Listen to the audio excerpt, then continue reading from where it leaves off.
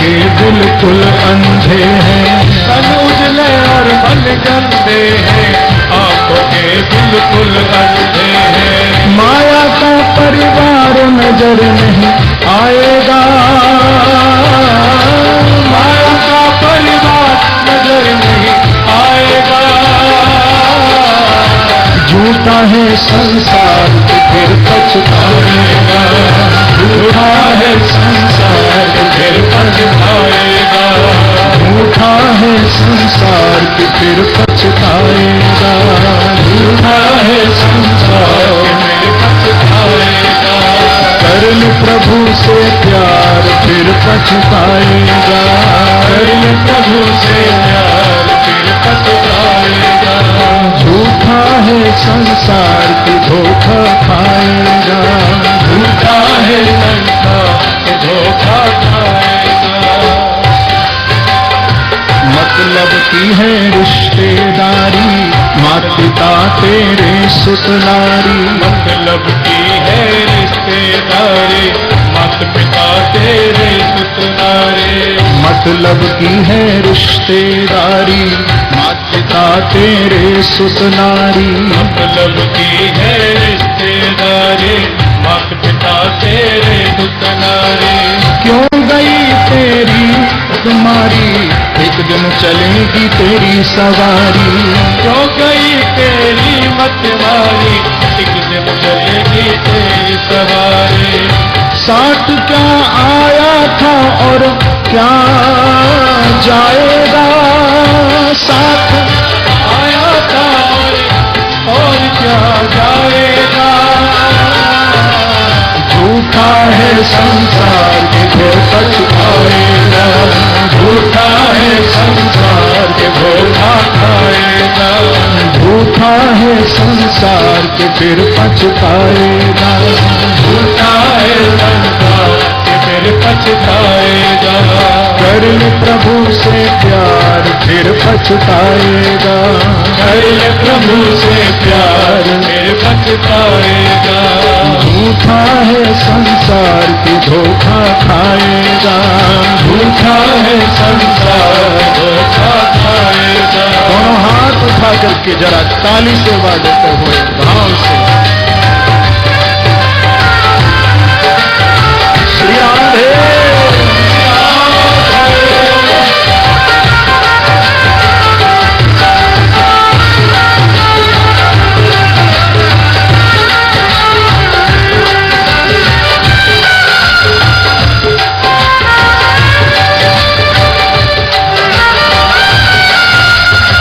श्री राधे।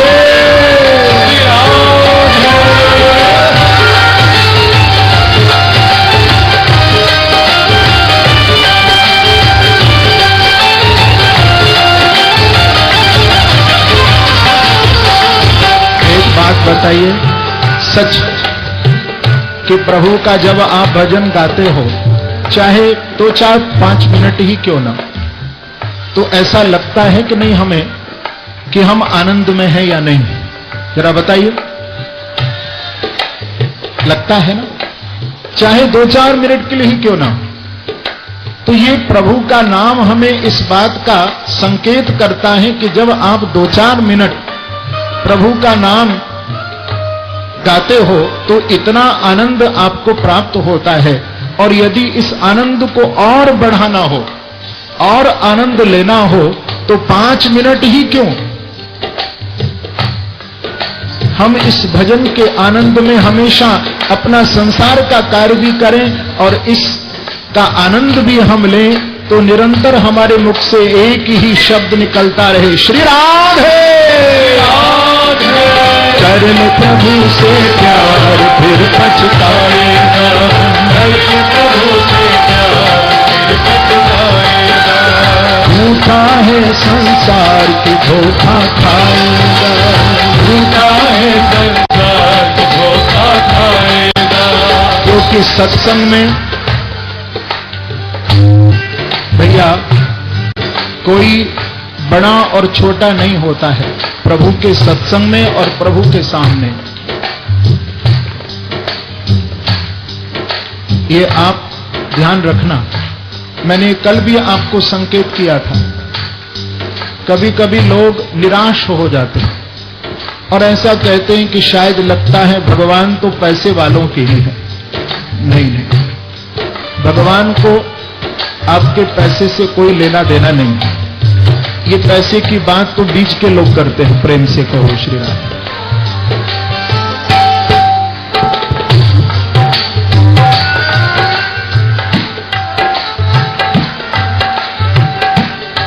राधा की कृपा और कृष्णा की कृपा तो जिस पर हो जाए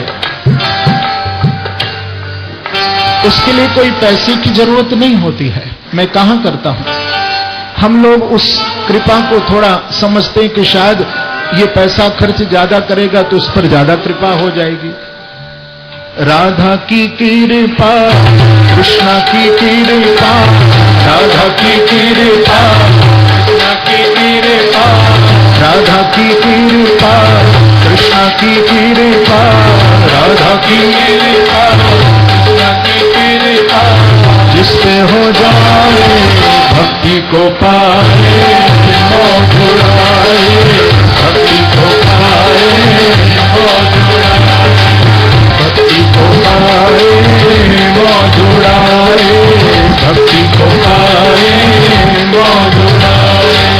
राधा की कृपा, कृष्णा की कृपा, राधा की कृपा, कृष्णा की कृपा, जिससे हो जाए भक्ति को पाए, मौज उड़ाए, भक्ति को पाए, मौज उड़ाए। इस मस्ती के लिए पैसे की जरूरत नहीं है। इस मस्ती के लिए पैसा नहीं, प्यार चाहिए परमात्मा के लिए। इसलिए दोनों हाथ उठा करके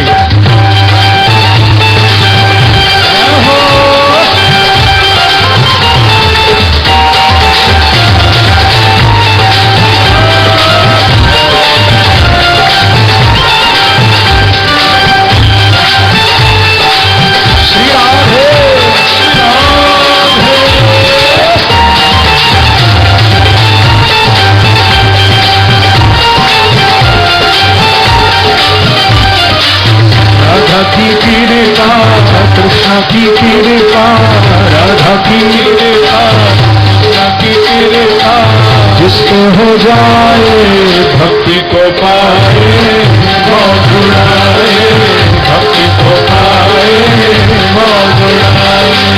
चाहे किस रंग में हो, चाहे किस ढंग में हो, चाहे किस रंग में हो, चाहे किस ढंग में हो, चाहे किस रंग में हो, चाहे किस ढंग में हो, चाहे किस रंग में हो, चाहे किस ढंग में हो, चाहे किसी तरंग में हो।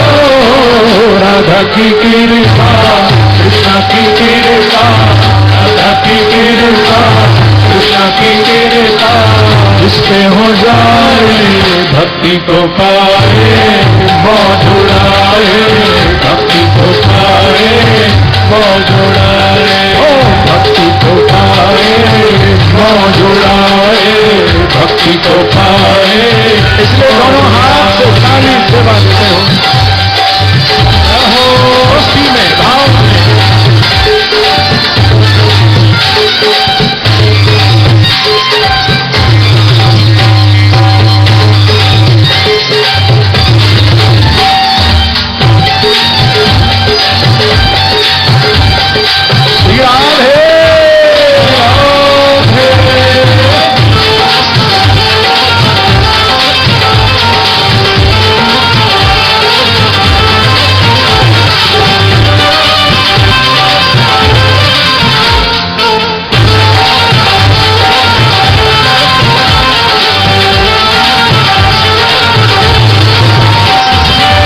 राधा की कृपा, कृष्णा की कृपा, राधा की कृपा, कृष्णा की कृपा, जिससे हो जाए भक्ति को पाए, मौज उड़ाए, भक्ति को पाए, मौज उड़ाए। चाहे किस देश में हो, चाहे किस देश में हो, चाहे किस देश में हो, चाहे किस देश में हो, चाहे किस किस देश में हो, चाहे किस भेष में हो, चाहे किसी देश में हो, चाहे किसी भेष में हो, चाहे किसी परिवेश में हो, राधा की कृपा, कृष्ण की कृपा, राधा की कृपा, कृष्ण की कृपा, जिससे हो जाए भक्ति को पाए मौजुड़ाए, भक्ति को पाए मौजुड़ाए, ओ भक्ति को पाए मौजुड़ाए, भक्ति को पाए मौजुड़ाए। चाहे तुम घर में हो, चाहे वो वन में हो, चाहे तुम वन में हो, चाहे वो वन में हो, चाहे वो घर में हो, चाहे वो वन में हो, चाहे वो घर में हो, चाहे वो वन में हो। और सुनो, केवल घर में और वन में ही नहीं, चाहे वो घर में हो, चाहे वो वन में हो, चाहे वो घर में हो, चाहे वो वन में हो, चाहे किसी उलझनों में हो, राधा की कृपा, कृष्ण की कृपा, राधा की कृपा, कृष्ण की कृपा, जिससे हो जाए भक्ति को पाए मौजुड़ाए, भक्ति को पाए मौजुड़ाए, भक्ति को पाए मौजुड़ाए, भक्ति को पाए मौजुड़ाए। दोनों हाथ और पानी से बांधे भाव से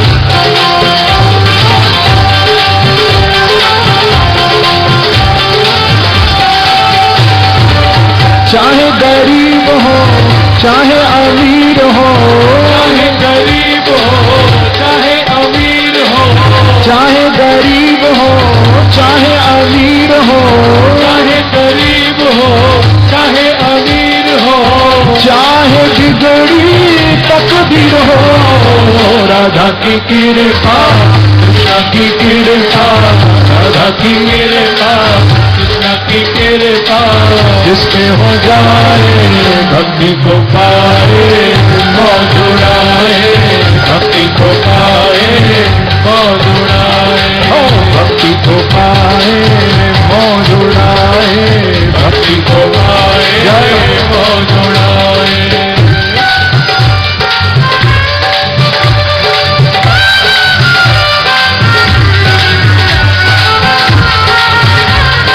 बांके बिहारी लाल की जय हो, श्री राधा रानी की जय हो।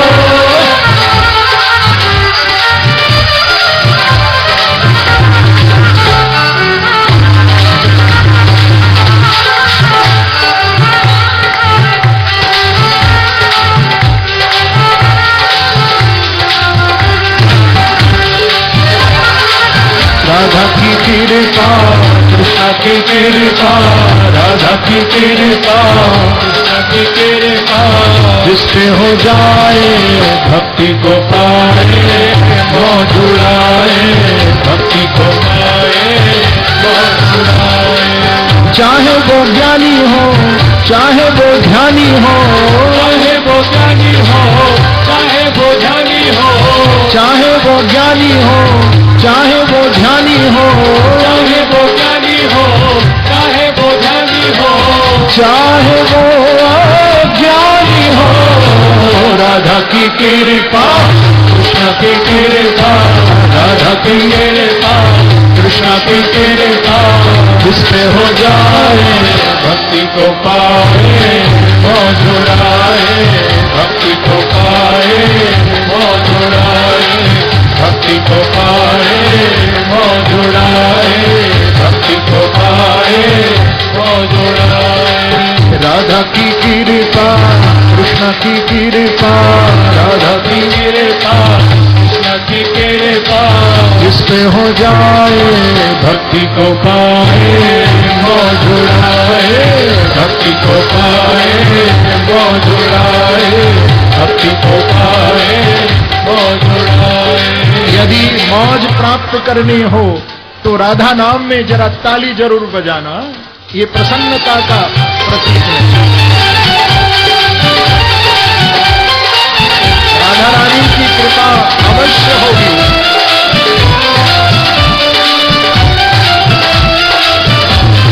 श्री राधे राधे।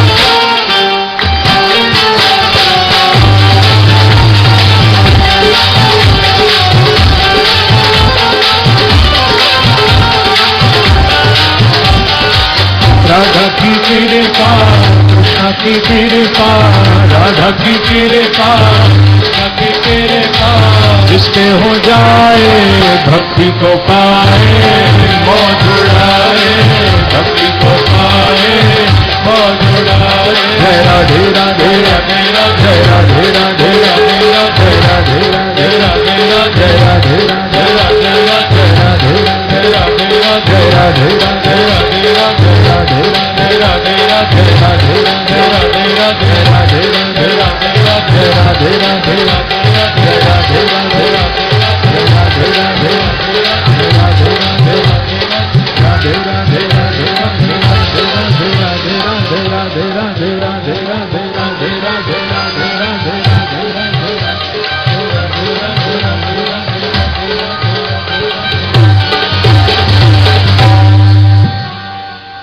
तो कर ले प्रभु से प्यार, फिर पछताएगा, झूठा है संसार के धोखा खाएगा। तो भगवान से हमारा प्यार होता है और संसार में व्यवहार है।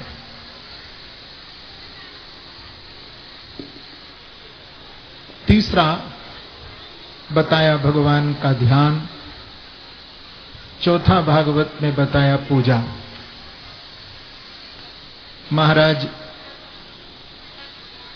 सोनकाद ऋषियों ने सूत जी से प्रश्न किया कि भागवत को लिखने का वेदव्यास का अभिप्राय क्या, कहां लिखा, किसके द्वारा, किसकी प्रेरणा से, आप बताएं। तो सूत जी महाराज ने कहा कि सोनकाद ऋषियों, देखो, सम्याप्रास आश्रम सरस्वती नदी के तट पर वेदव्यास भगवान विराजित थे। जीवों के कल्याण के लिए उन्होंने वेदों के 4 विभाग किए।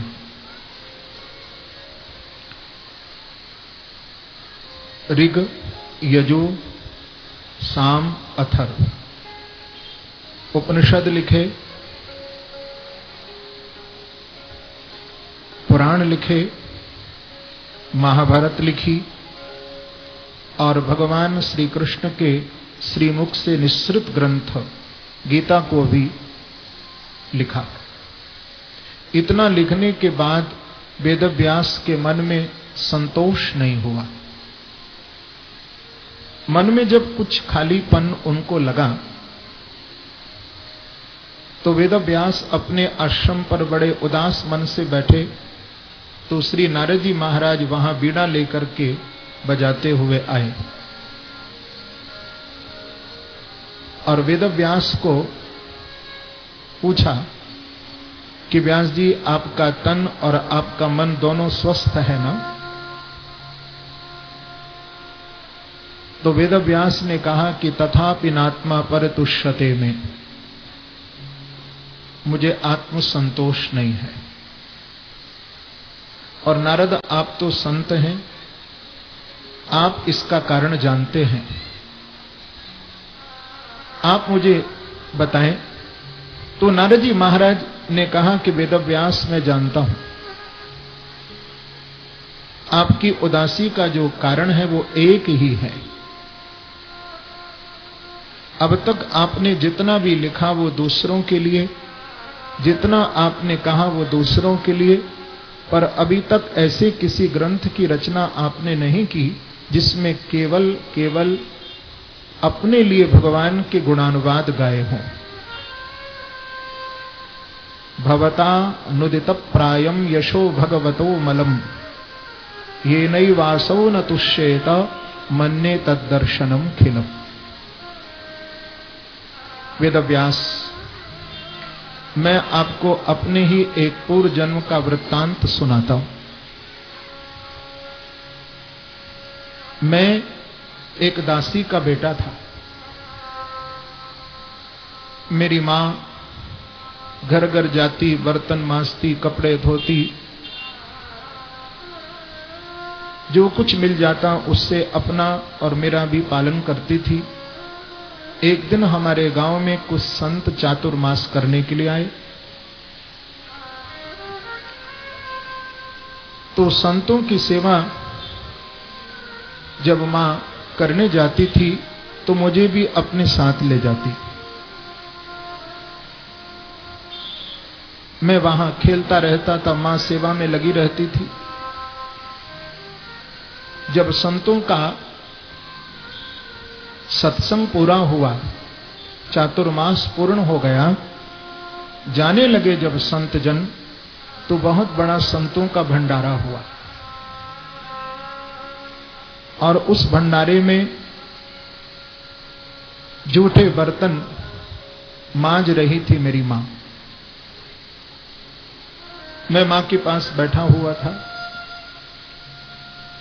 तो एक संत आए और आकर के उस संत ने कहा कि बेटा देखो तुम्हारी मां कितनी संत सेवी है, तुम भी कुछ सेवा करो।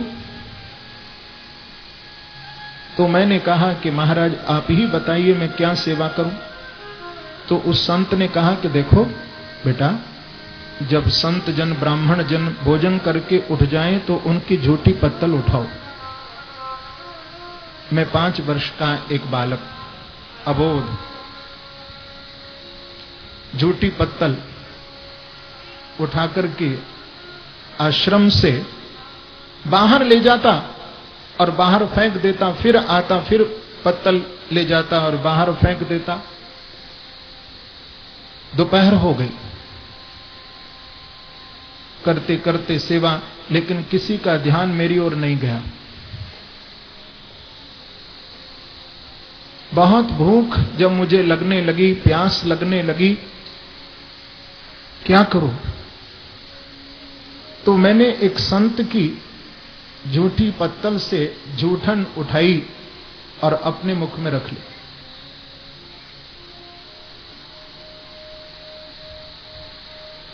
एक संत ने मुझे देखा और कहा कि बेटा, अरे तुम यहां जूठन खा रहे हो,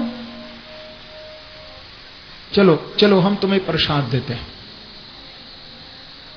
मुझे लेकर के वो संत उस भंडार गृह में गए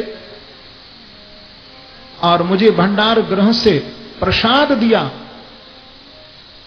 मैंने वो प्रसाद भी खाया, पर वेदव्यास में आपसे सच कहता हूं, जो स्वाद मुझे संत प्रसाद खाने में आया वो भंडारे के प्रसाद में स्वाद नहीं था। क्योंकि संत का जो प्रसाद होता है उसको केवल प्रसाद नहीं कहा, उसको महाप्रसाद कहा है। और महाप्रसाद संतों की जो सीत होती है उसकी महिमा बड़ी दिव्य है। जो लोग भक्तमाल पढ़ते होंगे, भक्तमाल में एक प्रसंग है। भक्तमाल के भक्तमालकार लिखने वाले श्री नाभाजी महाराज, जिन्होंने भक्तों की, संतों की कथाएं लिखी है भक्तमाल में। तो नाभाजी के गुरुदेव थे गुरुदेव अग्रदास जी महाराज। एक दिन अग्रदास जी महाराज ठाकुर जी की मानसिक सेवा में लगे हुए थे, तो नाभाजी अपने गुरुजी का पंखा कर रहे थे। गुरुदेव ठाकुर जी की मानसिक सेवा में, मानसी सेवा में है। तो उसी समय क्या देखा कि गुरुदेव अग्रदास जी महाराज का कोई शिष्य जहाज पर बैठकर के सागर में यात्रा कर रहा था। भंवर में जहाज फंस गया, नहीं निकल पा रहा था, बहुत प्रयास किया जा रहा था।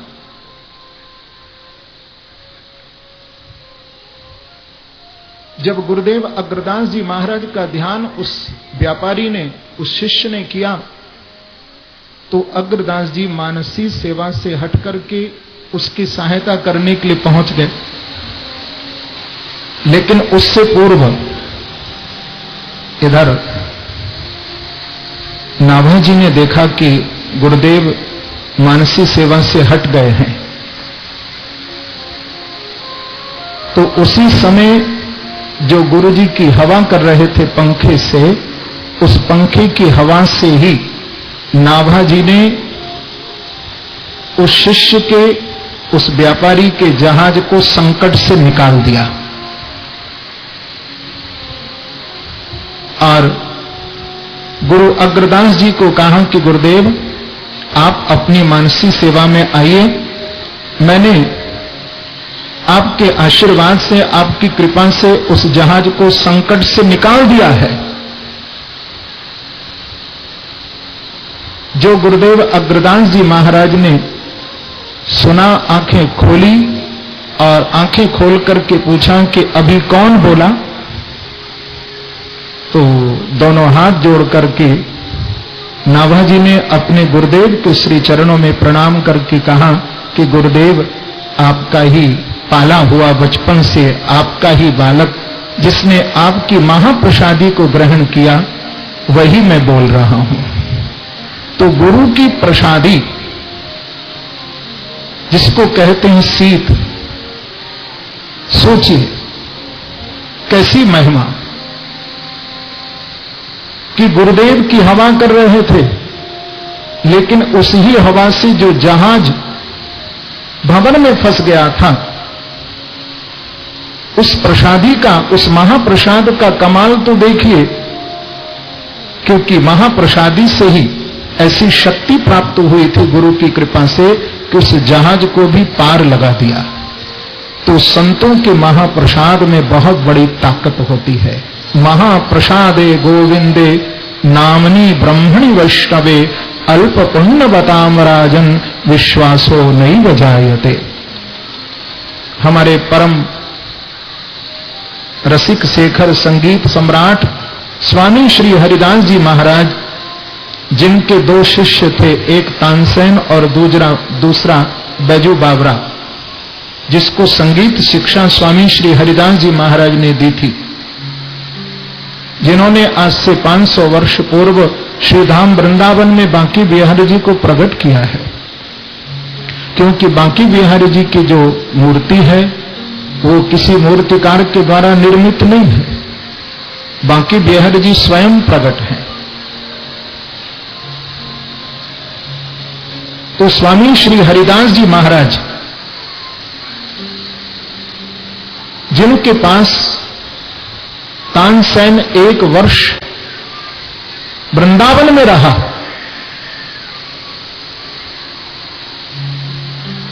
उन्होंने बैठकर के कभी विशेष रूप से तानसेन को संगीत सिखाया नहीं था, केवल अपने गुरुदेव के संगीत को सुनते थे, छिप करके लता पताओं के पीछे। और गुरुदेव की जो महाप्रसादी सीत बचती थी उसे उठा करके खा लेते थे। तो गुरु की महाप्रसादी को लेकर के वही तानसेन राजा अकबर के नवरत्नों में से एक रत्न रूपी कन्या को आपके श्री चरणों में हे कृष्ण समर्पित कर रहा हूं। हे अर्जुन के सखा, आपके सच्चरणों में मेरी निष्कपट प्रीति हो। रतिरस्तो में नवद्या, ऐसा कहकर के भीष्म पितामह ने भगवान को यह भी बताया कि आपने मेरी प्रतिज्ञा पूर्ण करने के लिए अपनी प्रतिज्ञा को भंग कर दिया। भगवान की प्रतिज्ञा थी कि महाभारत में मैं हथियार नहीं उठाऊंगा, लेकिन भीष्म पितामह भक्त की परीक्षा थी, प्रतिज्ञा थी कि मैं कृष्ण से हथियार उठवाऊंगा। तो अपने भक्त की प्रतिज्ञा पूर्ण करने के लिए प्रभु ने अपने संकल्प को त्याग दिया और युद्ध में महाभारत में देखने को तो वो टूटा रथ का पहिया था, पर भगवान के हाथ में आते ही वो सुदर्शन चक्र बन गया था। आज उसी झांकी को याद करते करते भीष्म पितामह भगवान को कहते हैं कि प्रभु मेरी देह से प्राण निकलकर आपके श्री चरणों में आ रहे हैं। उसी समय उत्तरायण सूर्य हो गए। उत्तरायण सूर्य का मतलब आपने अभी अभी कथा को सुना। उत्तरायण सूर्य कोई और नहीं है, भगवान कृष्ण का एक नाम उत्तरायण है, क्योंकि उत्तरा के गर्भ में भगवान का निवास हुआ था, इसलिए भगवान का एक नाम पड़ा है उत्तरायण। तो उत्तरायण सूर्य तो हुआ था, क्योंकि सूर्य भगवान के ये दो मार्ग हैं, एक उत्तरायण और दूसरा दक्षिणायन। जब उत्तरायण में सूर्य गति करते हैं तो ग्रीष्म ऋतु पड़ती है, गर्मी, और दक्षिण में सूर्य गति करते हैं तो सर्दी शुरू हो जाती है। तो उत्तरायण सूर्य में ही योगी अपना देह को त्यागता है, भक्त अपने देह को त्यागता है। तो उत्तरायण सूर्य भी हुए और उत्तरायण सूर्य कृष्ण का दर्शन करते करते भीष्म पितामह ने अपने शरीर का परित्याग किया। भगवान ने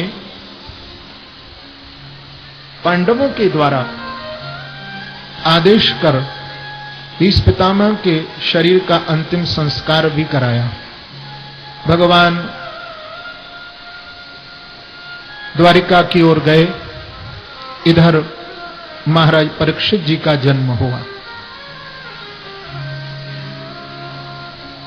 तो जन्म उपलक्ष्य में भगवान भी आए हैं पुनः पांडवों के पास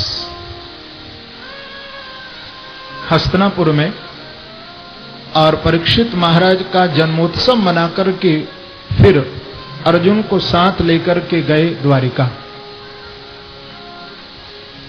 इधर विदुर जी महाराज विदुरस तीर्थ यात्रायाम, विदुर जी महाराज तीर्थ यात्रा करते करते हस्तिनापुर में आए और आकर के उन्होंने अपनी यात्रा के सभी प्रसंग सुनाए, पर एक बात नहीं बताई थी कि भगवान कृष्ण अपने कुल का संहार करके परमधाम में गमन कर चुके हैं। सोचने लगे ये खोटी बात अपने मुख से क्यों कही जाए।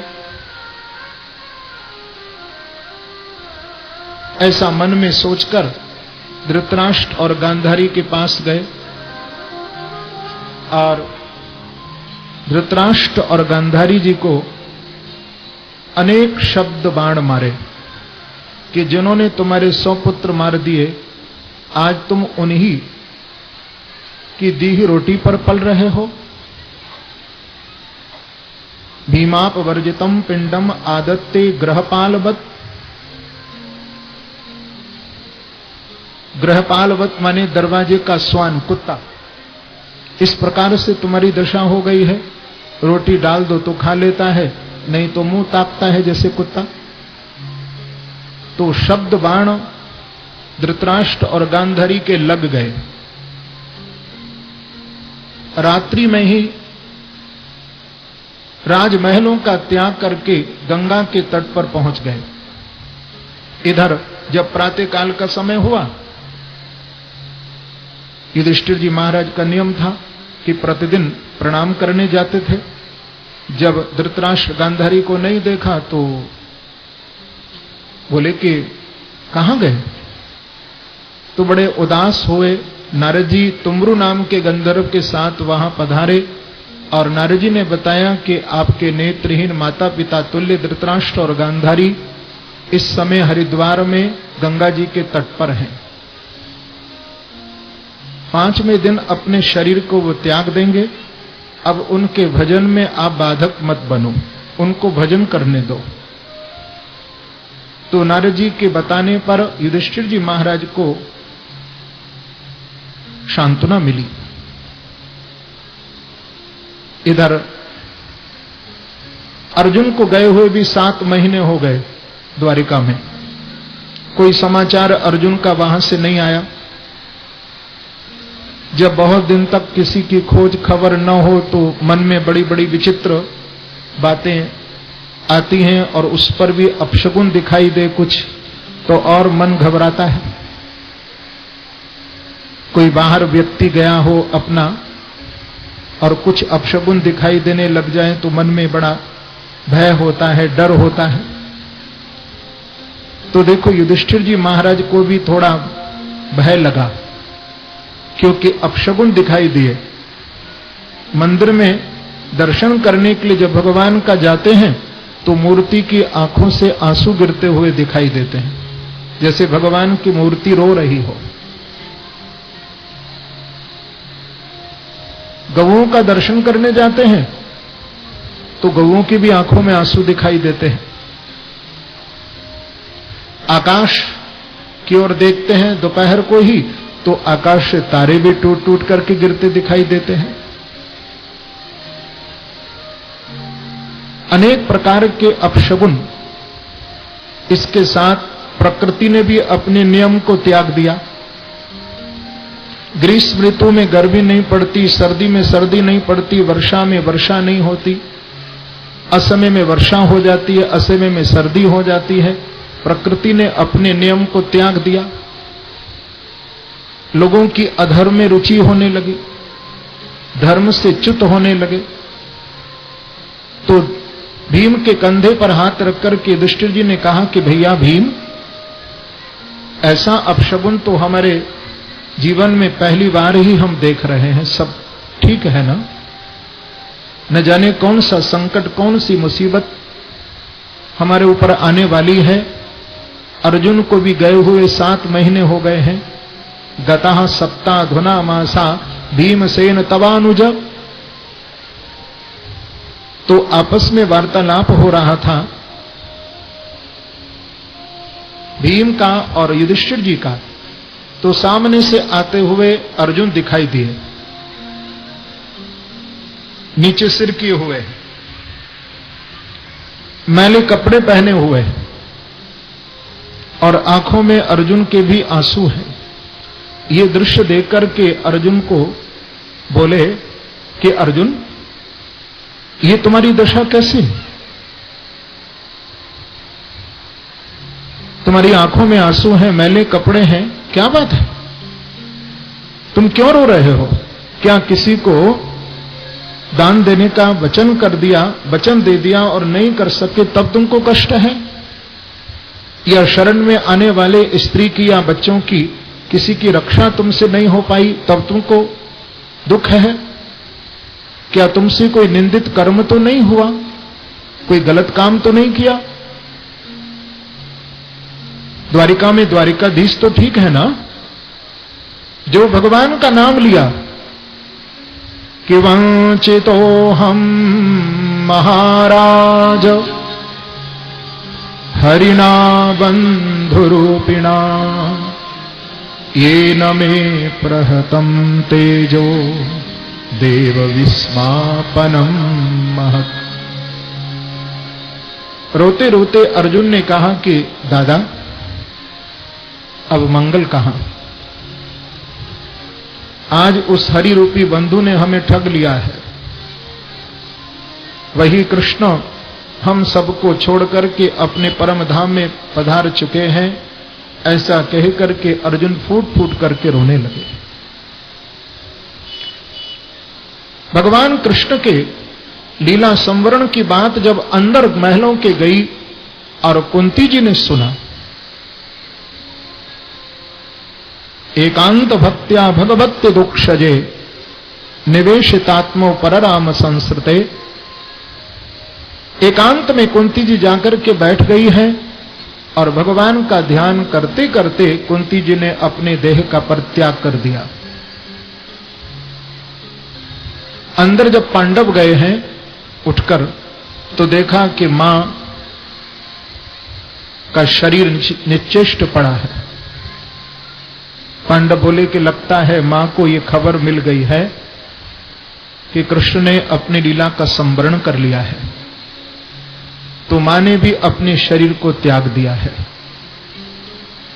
तो उसी समय मां का अंतिम संस्कार पांडवों ने किया और 15 वर्ष की अवस्था में महाराज परीक्षित को राज गद्दी देकर के पांडव हिमालय के उत्तर दिशा में चले गए। राजा परीक्षित जब राज सिंहासन पर बैठे राज सत्ता को संभालने के लिए, तो 3 बार अश्वमेध यज्ञ किया।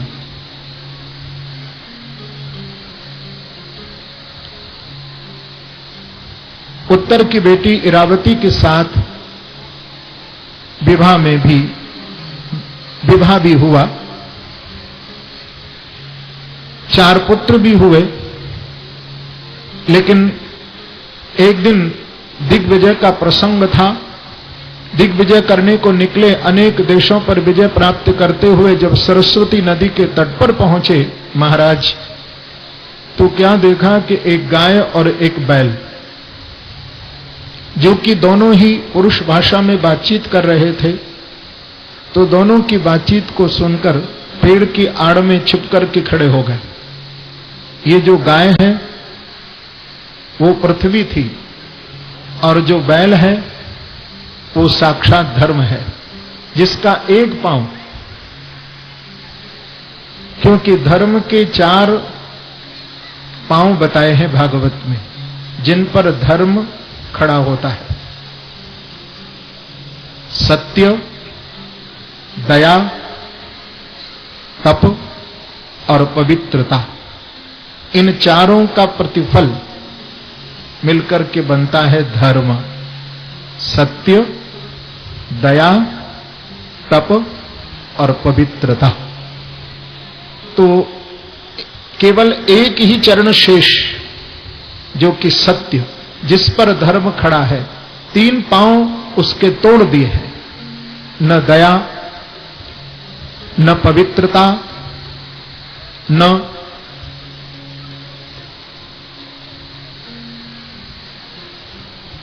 केवल एक सत्य रूपी चरण ही बाकी बचा है।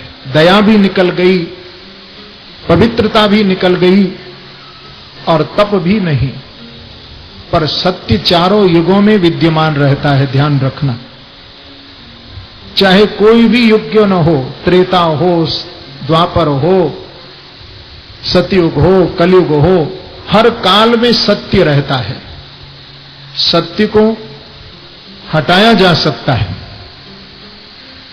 परंतु सत्य को मिटाया नहीं जा सकता है। आज सत्य रूपी चरण पर जब धर्म को खड़े हुए देखा, दोनों की बातचीत महाराज सुनने के लिए खड़े हो गए, तो उसी समय क्या देखा कि वहां पर एक व्यक्ति आया, लंबा चौड़ा, माथे पर मुकुट है और एक हाथ में उसके डंडा है। और देखो आकर के उसने डंडा जोर से मारा बैल को और गाय को मारी लात। तत्र गो मिथुनम राजा हन्यमान मनाथ वत। जब गाय को लात का प्रहार किया तो एकदम महाराज परीक्षित को गुस्सा आ गई, क्रोध आ गया कि अरे दुष्ट, तू मेरे राज्य में गऊ को लात मार रहा है, जीव हिंसा कर रहा है, बैल को तूने डंडा मारा। गौ भक्त है महाराज, एकदम निकल पड़े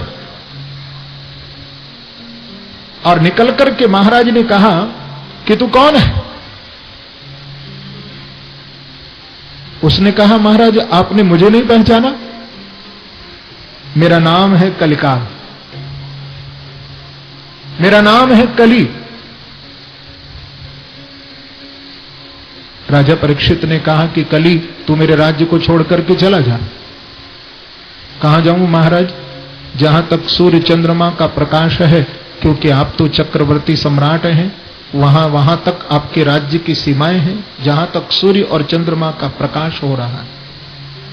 कहां जाऊं आप ही मुझे बताइए ना। तो राजा परीक्षित ने मन में सोचा, बात तो ठीक है, कली को भी आश्रय तो देना पड़ेगा, पर कली को एक सीमा के अंदर में बांध देता हूं, क्योंकि शरण में आने वाले की रक्षा करना राजा का धर्म है। तो कली को 4 स्थान प्रदान कर दिए, द्यूतम पानम स्त्रियस्सूना। देखो कहां कहां पर बांध दिया कलिकाल को, बता दिया कि कली कहां कहां बैठा है और किस किस कारण से जीवन में कलह, विवाद, झंझट जीवन में होते हैं, आते हैं। क्योंकि कली शब्द का शाब्दिक अर्थ कलह है, झगड़ा है, विवाद है, संकट है। द्यूतम पहला स्थान दिया जुआ, दूसरा स्थान दिया मदिरालय, शराब, तीसरा स्थान दिया कली को व्यभिचार, चौथा स्थान दिया बदशाला, हिंसा। तो कली ने कहा कि महाराज एक प्रार्थना और है, ये तो आपने अपनी ओर से दिया है ना, मैं एक स्थान और मांग लेता हूं। तो कहा कि चलो 4 स्थान मैंने दिए तो एक इसको भी मांगने के लिए छूट दे दूं। तो कली से कहा कि कली मांगो क्या चाहिए? तो कली ने कहा कि महाराज मुझे एक स्थान सुवर्ण में भी दे दो। सुवर्ण माने संस्कृत में होता है सोना, लेकिन सुवर्ण को संस्कृत में सुवर्ण संपत्ति को भी कहते हैं। प्रेम से कहिए श्री राधे। तो किस संपत्ति में, किस सुवर्ण में, किस धन में कली बैठा होता है जो अनीति से प्राप्त किया जाए, जो अन्याय से प्राप्त किया जाए। लेकिन चक्रवर्ती सम्राट थे महाराज परीक्षित, उन्होंने विचार किया कि मैं इन 5 वस्तुओं का त्याग करता हूं और संकल्पित होकर के पूर्ण मर्यादित जीवन महाराज ने निर्वहन किया। लेकिन सुखदेव जी अब कृपा करने के लिए परीक्षित पर आ रहे हैं। एक घटना हो गई। एक दिन महाराज परीक्षित अपने मंत्रियों के साथ शिकार खेलने के लिए वन में गए, परंतु जो सिर पर मुकुट पहन रखा था वो मुकुट भी जरासंध का है। प्रेम से कहो श्री राधे।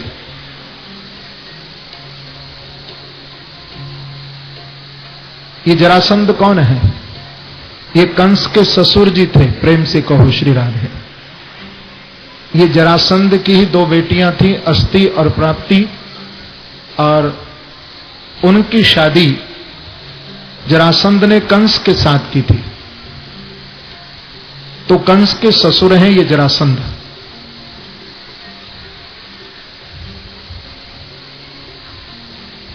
तो जरासंध का वो मुकुट है,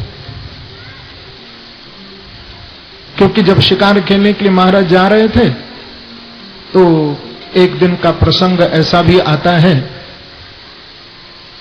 कि महाराज को मंत्रियों ने कहा कि महाराज आप कभी अपने राजकोष को नहीं देखते हो, आज चलिए आप हमारे साथ और राजकोष थोड़ा देखिए। तो महाराज के मन में कोई राजकोष देखने की रुचि नहीं थी, फिर भी मंत्रियों के आग्रह पर राजकोष देखने के लिए गए। अब मंत्री दिखा रहे थे, किसी में सोना भरा है, किसी में हीरे भरे हैं, किसी में जवाहरात भरे हुए हैं। एक संदूक को जब खोला तो उसमें बड़ा सुंदर मुकुट रखा हुआ था। मंत्रियों ने उस मुकुट को देखा और देख करके राजा परीक्षित जी को कहा कि महाराज, यदि आज आप इस मुकुट को पहनेंगे तो आप बहुत सुंदर लगेंगे, आप पहनिए, वह सुंदर मुकुट है। महाराज ने मना किया कि भाई नहीं नहीं, लेकिन मंत्रियों ने बहुत जब आग्रह किया महाराज परीक्षित से, तो मंत्रियों के आग्रह पर राजा परीक्षित ने उस मुकुट को अपने मस्तक पर धारण कर लिया। मुकुट पहनते ही महाराज की बुद्धि खराब हो गई। प्रेम से कहो श्री राधे। सिर पर कली बैठ गया।